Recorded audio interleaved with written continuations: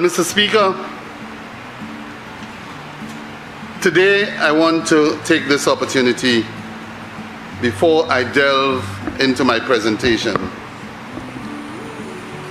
to say thank you to the many people who over the years since 1987 have entrusted me with the responsibility of serving them over the years. My friend to my right said he wasn't born then.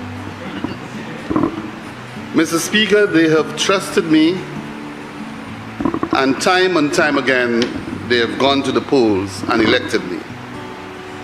There are times when the task seemed quite burdensome, but at the end of the day, the deliveries were made to the people of Castries North, and I thank them for understanding, for being patient, and of course, having the confidence that they have demonstrated over the years. I know that most St. Lucians regard Castries North as just a part of the overall Castries Basin, along with Castries Central, East, South, and Southeast, and rightly so. However, over the last few decades, Castries North has evolved into much more than just a subdivision of our nation's capital. Castries North has found itself boasting a series of cultural, technical, and infrastructural features.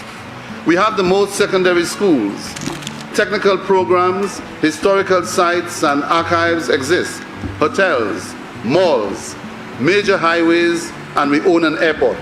Sports, entertainment, housing and residential developments, and the list goes on. Mr. Speaker, this did not happen by accident, but through the combined efforts of the citizenry and state, and even myself as a multi-term representative. Not only have we made the strategic interventions, but we are now poised to take it to an even higher level. And when I speak of having our own airport, Mr. Speaker, I must let you know that Castries North probably, and I'm certain, has the longest white sand beach in St. Lucia, the Shock Beach, from VG all the way to Shock. Through you, Mr. Speaker, I would like to reach out to all fellow sons and daughters of St. Lucia, but to the residents of Castries North in particular, and articulate just some of the deliberate features to come in what I call the Castries North Immediate Impact Socio-Economic Development Plan.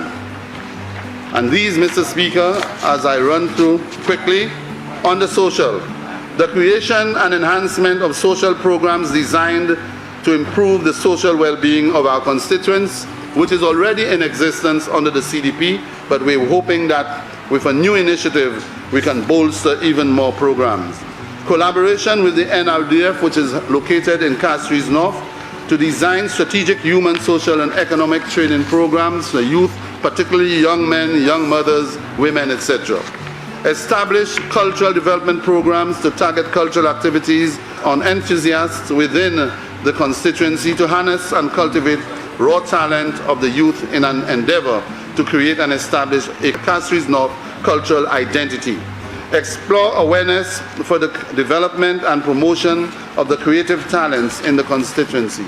Identify cultural spaces in strategic communities such as Carolee, Chase Gardens, Wapatat, and Leclerc, and Beezy.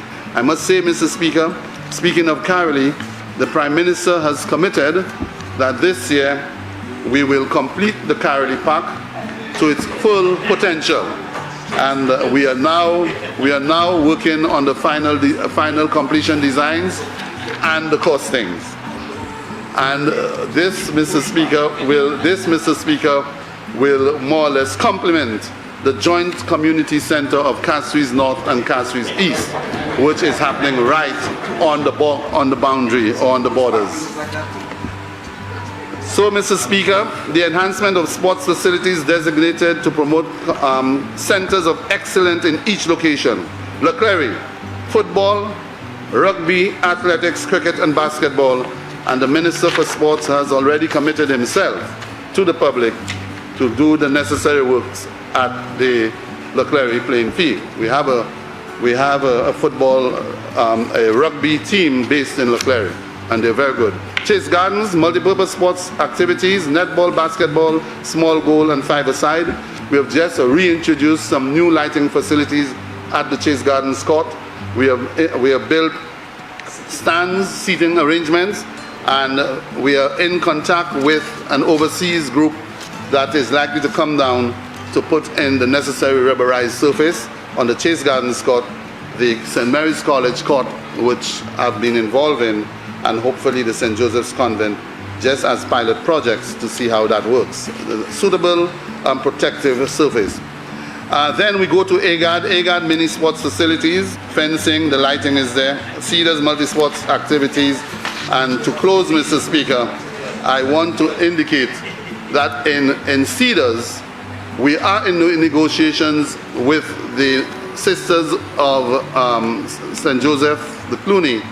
And what we are doing, Mr. Speaker, is the lower court at St. Joseph's Convent to acquire it for the public, for the Cedars community and its environs. And the upper section, Mr. Speaker, also we are looking to get that to in the future, build an HRDC and multipurpose court. And those negotiations are moving forward very swiftly.